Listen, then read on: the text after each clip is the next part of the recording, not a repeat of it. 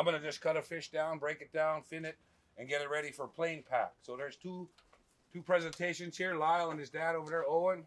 I was grateful for them to show up. They're going to put it in the smokehouse and do it that style. All the aunties are watching. Okay, so all you do is you're going to grab your knife and you're going to follow this and you go back to about right here, and you're trying to get it as flat as possible. So what they're doing now is we took the backbones out of the salmon and we cut them into fillets. And after cutting them into fillets, what they're doing is they're actually taking the ribs off them so that they can cut into thinner slices. So that's what brother's doing over there. He's cutting them into thin slices. And then after he's done doing that, what he's going to do is going to cut them into small strips, about maybe a 3/4 inch to an inch wide strips. And then they're going to put them in the smokehouse. Super fresh, obviously. Definitely different than the ones that we see in our stores at home. I do a lot of refish here and there. When we're on deep water, a lot of the pelagics, ahi, aku, mahi, and ono, or wahoo when we're close. And when we're on the va'a, since we don't have refrigeration, we catch it, we process it. We usually have raw fish early. We eat it cooked for lunch, and then usually in the afternoon, evening for our meal, we have some kind of soup or stew, so that we use it all over the course of that day when we're catching it. So it's definitely a good protein supplement when we're on the water. So I am making seal oil, which is, right now I'm cutting the seal fat into like less than 1/4 inch strips thick. And we're gonna put it in this pot here and boil it down and render the oil off of them. We actually skin it before we gut it because it's round and it's more firm. I'm honored that I was asked to help with this cultural exchange. I learned how to process traditional foods from my dad, and he learned from his aunties and his grandma. And I just feel very grateful to be able to share this and pass this on to our relatives from Hawaii and people here in Juneau. A Sitka blacktail deer shot by Lyle James this morning. It's fresh as it gets. I enjoy the whole thing, all the way from the beginning to the end. I didn't as much when I was younger.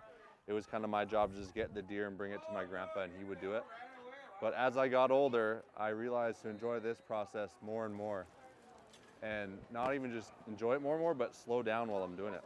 So a lot of times we're in such a rush that we just go so fast. Any of this you can eat raw. This deer's not eating anything that will give it parasites. It's deer meat, backstrap. 没有血腥味。没有血腥味. It's not gamey or blood taste at all. Fresh. If you don't share this stuff, we're kind of the safekeepers of it. If we keep it to ourselves, then it dies out. Everybody has their own way of doing things, but if you found a way that works for you, you got to pass it on. You got to share it. And we, as traditional people of this land, we hold a responsibility to share what we know, share what has worked for us for thousands of years. So it's starting to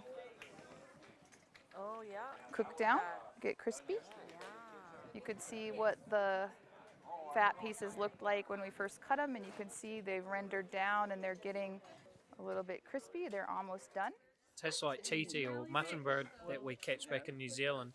Normally we'd process the entire seal at once, so we'd have a much larger pot. And then instead of using a ladle to scoop, we actually use another pot with a handle and scoop a large amount off into a stainless steel bucket.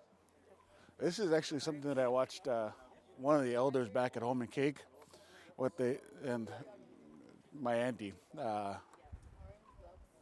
Alberta Shakwani, we watched her fillet a salmon just in seconds. She grabbed the salmon and she filleted the backbone all apart, and then she grabbed the ribs and she sliced it and she just yanked it right off, and she did it within seconds. So this is from watching Auntie Alberta. It's fun to watch. because then you get to see the joy that they are doing the process themselves. And it's something that I remember growing up with my father.